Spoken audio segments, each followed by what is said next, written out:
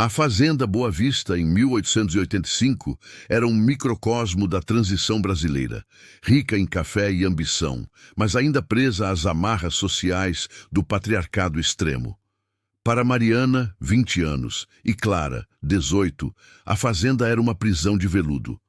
O pai, Coronel Eustáquio, estava ocupado demais em fechar negócios no porto para notar a rigidez no pescoço de suas filhas. A verdadeira tirana era Dona Aurora, a matriarca, cuja virtude era tão exigente quanto seu senso de organização.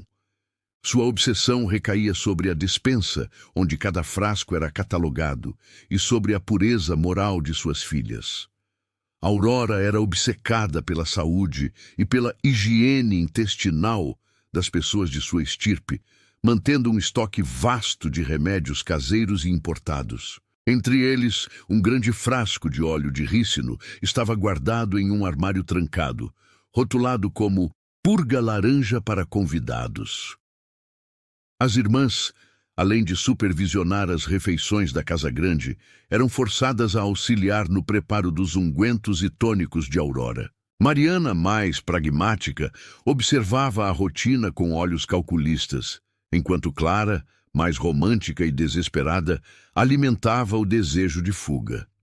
O pretexto para a última humilhação havia chegado com a carta do noivo planejado para Mariana. Um viúvo de 40 anos, conhecido por sua tosse seca persistente e seu olhar guloso. Não iremos nos casar com homens que nos tratam como gado a ser empacotado, Clara. Mariana sussurrou uma noite, enquanto descascavam batatas sob a luz fraca de um lampião. Clara estremeceu. O plano não era um grito de revolta, mas um sussurro venenoso. Elas não buscariam a morte rápida, mas a desordem total. O óleo de rícino, conhecido por seus efeitos violentos em doses altas, seria o instrumento. Elas precisavam apenas trocar o rótulo.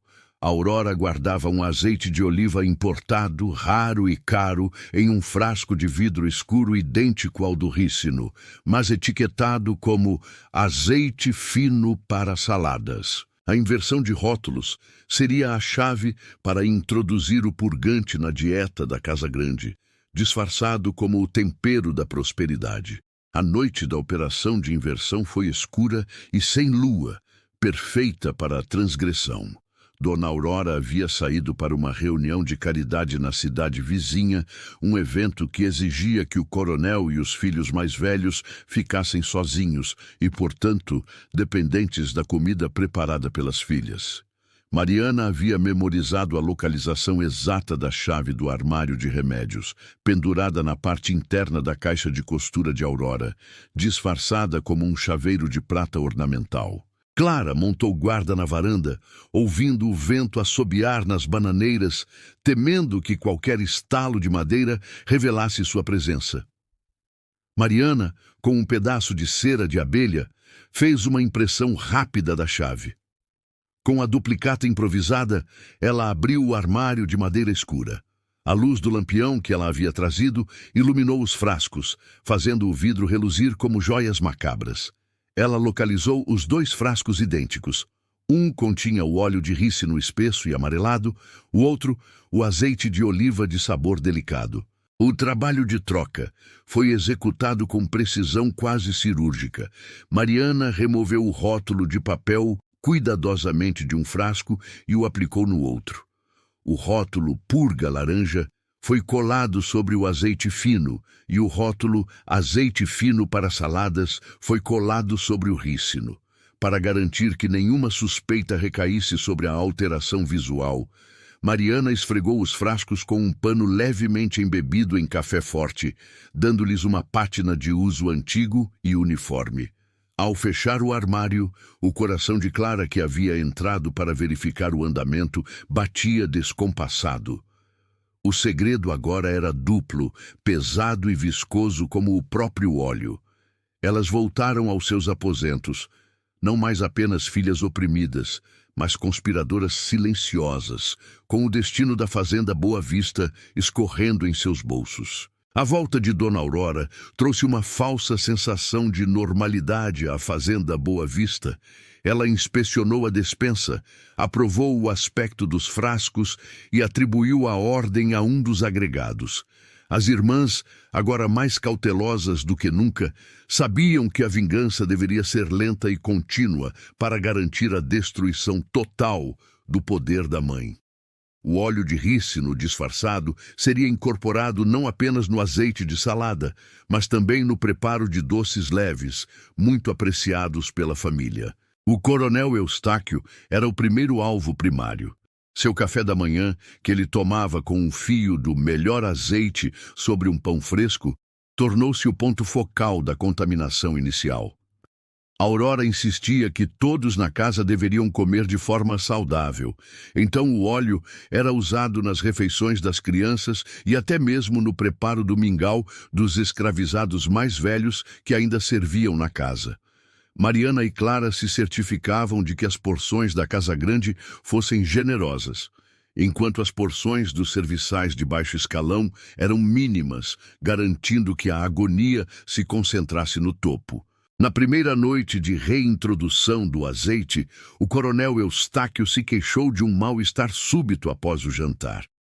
"É o vinho novo, Aurora. Está azedo", ele resmungou, levantando-se da mesa abruptamente. Aurora, por sua vez, sentiu uma leve cólica que atribuiu ao estresse da viagem.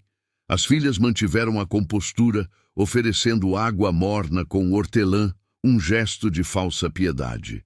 O verdadeiro sinal de sucesso veio na manhã seguinte. Os filhos mais novos, Pedro e Sofia, acordaram gritando com dores abdominais excruciantes. O terror começou a se instalar na Casa Grande. Aurora, vendo a desordem intestinal generalizada, culpou a má qualidade da água do poço. Ela ordenou que o novo lote de rícino medicinal fosse administrado a todos, um ato de ironia cruel, pois ela estava inadvertidamente pedindo que mais veneno fosse injetado no sistema já sobrecarregado de sua família. Mariana e Clara, em seus papéis de cuidadoras atenciosas, foram as responsáveis por misturar a dose extra de purgante, agora sabendo que a confusão dos rótulos garantiria a repetição do ciclo. Em menos de uma semana, a fazenda Boa Vista parecia ter sido atingida por uma peste misteriosa. Não havia febre, não havia tosse, apenas um sofrimento gastrointestinal constante, exaustivo e humilhante. A desconfiança começou a corroer a família mais rapidamente do que o óleo de rícino corroía os intestinos. Dona Aurora, que havia tomado a maior dose inicial no azeite de salada, estava definhando. Sua pele, antes firme, enrugava-se rapidamente e a hidratação precária a deixava com um olhar vago e assustado. Ela começou a suspeitar dos cozinheiros e, em seguida, de seu marido, Coronel Eustáquio, que estava cada vez mais fraco e irritadiço. O coronel Eustáquio, em seu sofrimento, tornou-se paranoico. Sua fraqueza o impedia de inspecionar os negócios, e ele acusava Aurora de estar envenenando-o para assumir o controle das terras. As discussões noturnas, que antes eram abafadas, agora ecoavam pela casa, recheadas de acusações sobre quem poderia estar por trás da doença do ventre. As irmãs, Mariana e Clara, observavam o espetáculo do centro da tempestade, mantendo a calma exterior. Elas eram a imagem da devoção, trocando os frascos conforme necessário, ora para garantir que o coronel tomasse sua dose como remédio, ora para que Aurora continuasse a usar o azeite fino em suas sopas light. A situação no resto da casa era controlada. Os serviçais, ao comerem em seus próprios cômodos e usarem temperos trazidos de suas famílias ou preparações mais rústicas, estavam relativamente ilesos, exceto por alguns casos isolados de náuseas leves, atribuídas ao mau cheiro que pairava no ar. Isso reforçava a crença da família dominante de que a doença era um castigo específico para a Casa Grande, uma maldição divina sobre a sua linhagem, confirmando a lógica religiosa de Aurora e a culpa que ela impunha a si mesma. As irmãs, no entanto, sabiam que era um castigo muito mais mundano, planejado com a frieza da lógica e a ajuda de um rótulo trocado.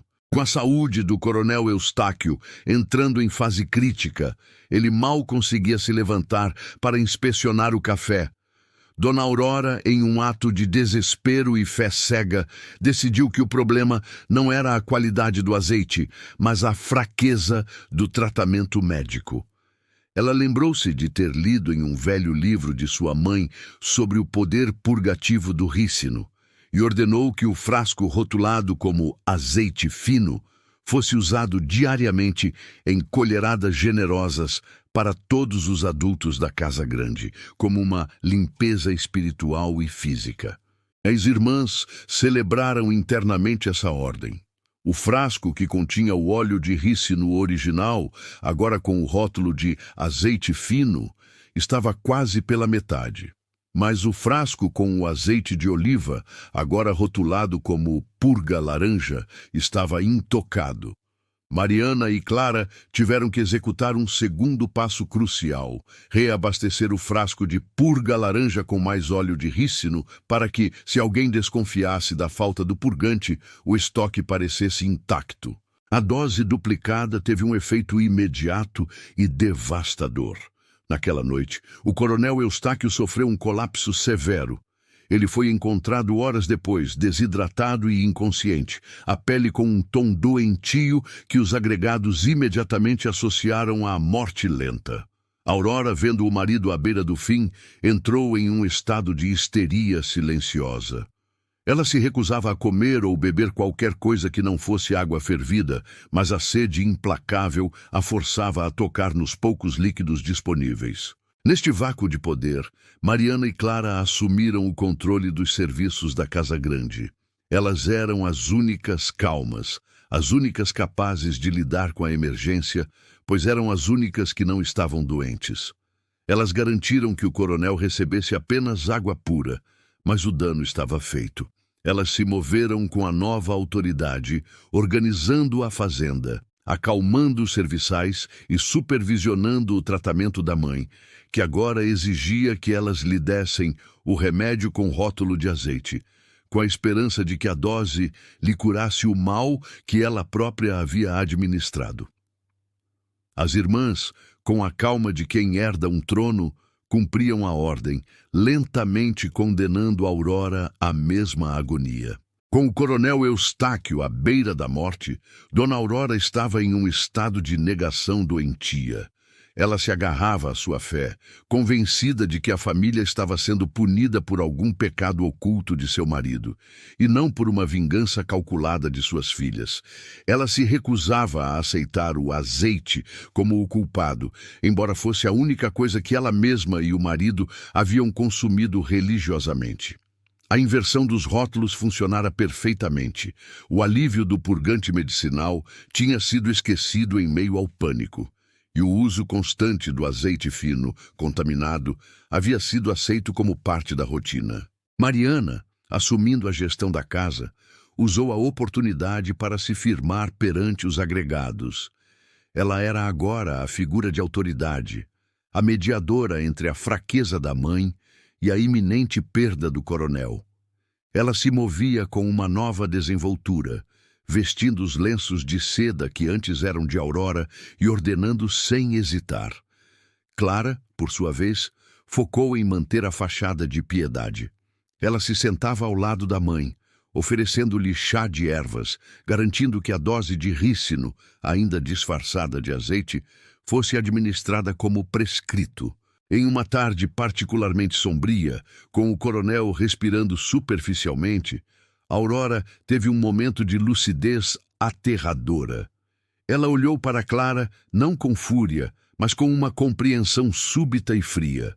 Ela havia negligenciado suas filhas, as mantendo reclusas e prometendo-as a homens ruins, mas nunca imaginou que elas possuíam a inteligência para a destruição. Vocês... Ela conseguiu sussurrar, a voz rouca de desidratação. Clara apenas segurou sua mão, sem negar nem confirmar. Não havia necessidade de palavras. A doença física das vítimas era a confissão mais eloquente. A inversão dos rótulos havia invertido os papéis de poder. Aurora havia trocado a saúde de suas filhas pelo seu azeite, e agora recebia o retorno da sua própria moeda amarga. O coronel Eustáquio morreu ao cair da noite, uma morte lenta e degradante, marcada pela desidratação e pelo esgotamento intestinal causado pelo consumo contínuo do óleo de rícino. O médico, sem encontrar sinais de doença infecciosa ou de envenenamento por metais pesados, registrou a morte como resultado de uma doença gastrointestinal aguda e inexplicável, uma tragédia familiar. O corpo do patriarca foi velado com pompa, mas a tristeza era artificial. Todos na casa sabiam que a opulência da fazenda Boa Vista estava desmoronando junto com a saúde de Aurora. As irmãs, agora viúvas em potencial, agiram com presteza. Mariana foi a responsável por organizar o inventário e as finanças. Ela rapidamente percebeu que o estoque de azeite fino havia diminuído drasticamente, mas o frasco rotulado como purga laranja estava cheio, e Aurora não conseguia lembrar onde guardava a chave do armário de remédios. Mariana, com a chave de cera ainda intacta, simplesmente substituiu o rótulo original, restaurando a ordem aparente da despensa, mas mantendo o óleo de rícino em um lugar de destaque, rotulado como o azeite preferido do coronel para suas saladas. Dona Aurora, no entanto, estava além da recuperação. Fisicamente, ela definhava, mas psicologicamente, a quebra da sua autoridade era a ferida mais profunda. Ela não conseguia mais confiar em nada que lhe fosse servido, e o mero cheiro de temperos a fazia enjoar. Ela se tornou dependente de Mariana e Clara para tudo, uma inversão de papéis completa e amarga. Ela as via preparando os alimentos com um medo terrível, mas estava indefesa para impedir qualquer coisa, pois era fraca demais para se mover sem assistência. Seu casamento arranjado falhara, seu marido havia morrido, e ela estava à mercê das filhas que ela tentara escravizar.